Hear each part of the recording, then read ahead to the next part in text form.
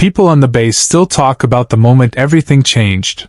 The moment a quiet single father in a faded janitor's uniform stepped between a group of mocking soldiers and a girl they thought was nobody. What he didn't know, was that the woman standing behind him was the highest-ranking officer on the entire installation, a decorated admiral disguised in civilian clothes for reasons she hadn't shared. What no one expected was how that single act of courage, performed by a man who believed he had nothing left to offer the world, would unravel secrets, break hardened soldiers, and rewrite the destiny of everyone who witnessed it.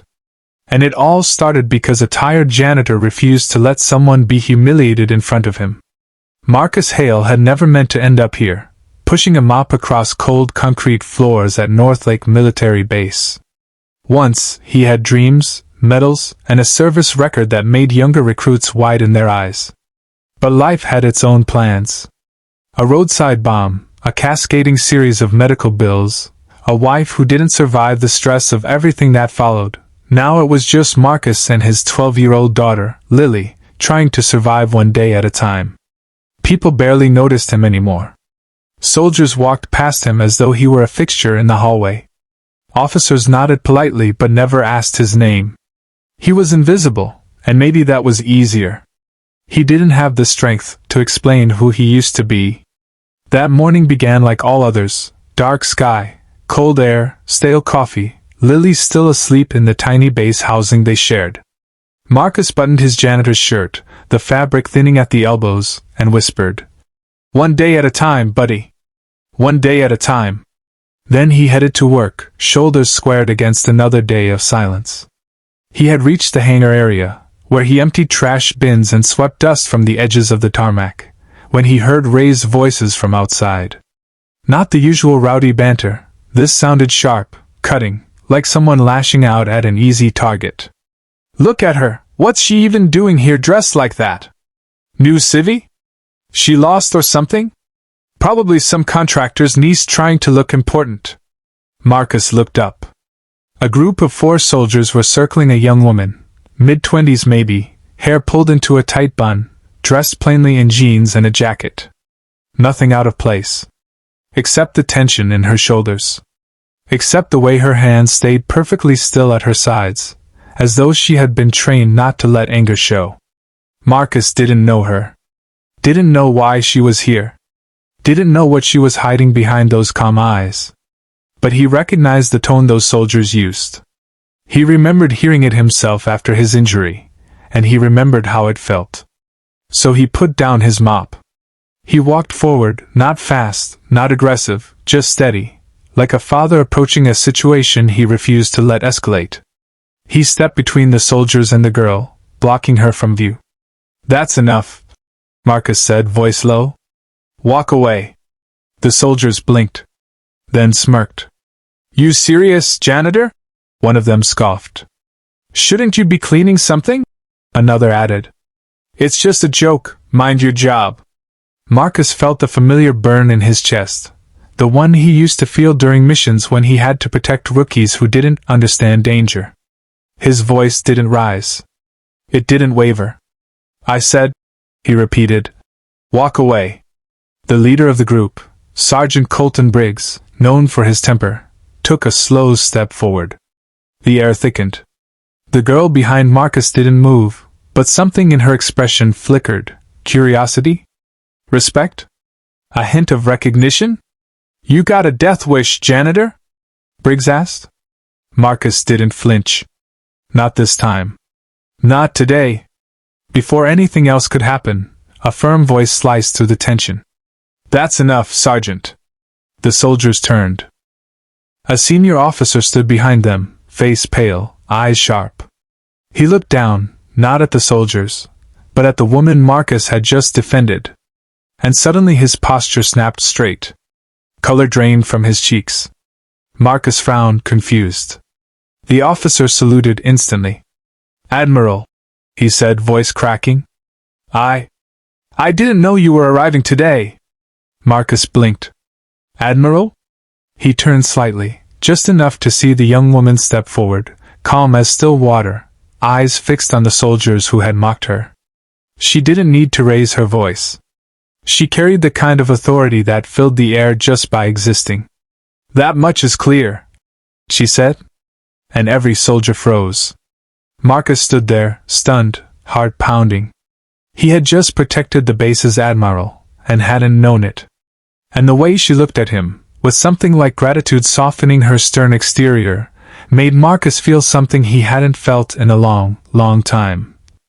Scene. The base moved differently after that moment. Rumors spread within hours. Not about the Admiral's unexpected arrival, not about her undercover visit, not even about the soldiers who were pulled aside for immediate disciplinary review. No. The whispers were about the janitor. The man who had stood against 4 soldiers without hesitation. The man the Admiral herself spoke to privately. Marcus tried to pretend none of it mattered. He kept his head down, sweeping corridors and emptying bins, avoiding curious eyes. Lily teased him that night, asking if he got to fight bad guys again. And Marcus gave his usual half-smile, ruffling her hair. He didn't tell her how shaken he still felt, how embarrassing it was that his hands trembled when he remembered stepping forward, how surreal it was to be noticed for something other than his past injuries. The next morning, when he arrived at work, the Admiral was waiting. She stood beside the supply closet, arms crossed, expression unreadable. Marcus nearly dropped his coffee. "Admiral, ma'am, I didn't expect." "I know," she said. "May I walk with you?" He blinked. "Walk with me?" She nodded. They moved through the hallway together, an Admiral and a janitor drawing stunned stares from every direction. Marcus wished he could disappear. "I'm Admiral Elena Ward," she said. "Technically. But yesterday I wasn't here as the Admiral. I wanted to see how my base operated without the ceremony. Without people putting on a show." Marcus nodded slowly. "Undercover leadership check." Her lip twitched. "Something like that." They reached the hangar doors, sunlight spilling through the glass panels.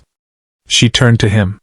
"You didn't know who I was, but you defended me anyway." "Anyone would have," Marcus murmured, eyes dropping.